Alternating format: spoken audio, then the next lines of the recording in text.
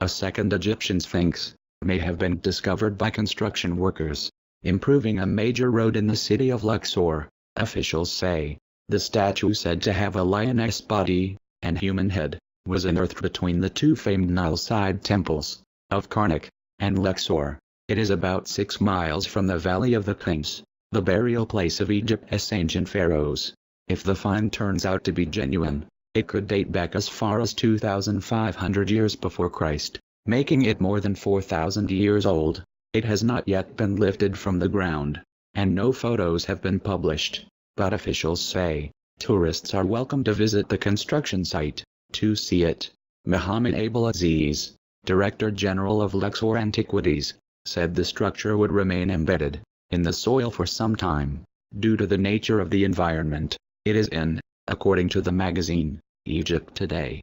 He added that construction work, part of a £10 million project, to excavate and upgrade Al-Kabash Road, between the two temples, had been halted while decisions about the Sphinx are made, with the body of a lion and the head of a human. The Great Sphinx of Giza, which stands next to the Great Pyramid, measures 73 meters long and 20 meters high. It dates back to around 2,500 years before Christ, and was probably constructed to resemble the pharaoh Khafre, all that historians believe.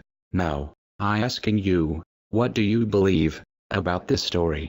Because you have the right to think and draw conclusions. Not only some historians, who work for governments, and presenting nebulous theories, and whose theories are based on speculation, historians have imposed many false theories on the whole world.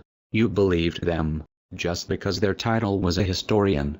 Does this mean that we do not have the right to conclusions, because we are not historians, analysts, archaeologists, researchers, etc.? Does this mean that we should always believe in their words, imposed on us? They know the truth, but they are preserving for themselves, and for the elite that does not allow you to know the truth. Why is not it possible to photograph such sites? Because everyone would see the evidence that these things were not built by the human hand, nor was any of the ancient civilizations an architect of such buildings. Knowledge has been brought to us, you must understand it, sooner or later.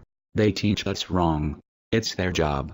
They are not stupid. They were ordered by the elite what they need, and what they do not need, to speak publicly. If you think I'm wrong, answer me this question. Why do not historians and archaeologists give explanations to many of the mysterious artifacts that have been found, and thus visually prove that these artifacts are not the work of our civilization?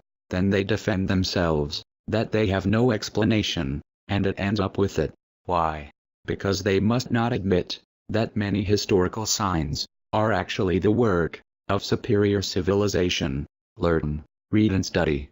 On this, God Almighty, in the Quran refers to us. We ignore it, and allow ourselves to trust people who constantly lie to us, and hide the truth from us. Subscribe, like, and share, if you want. Thank you for your attention. Best regards.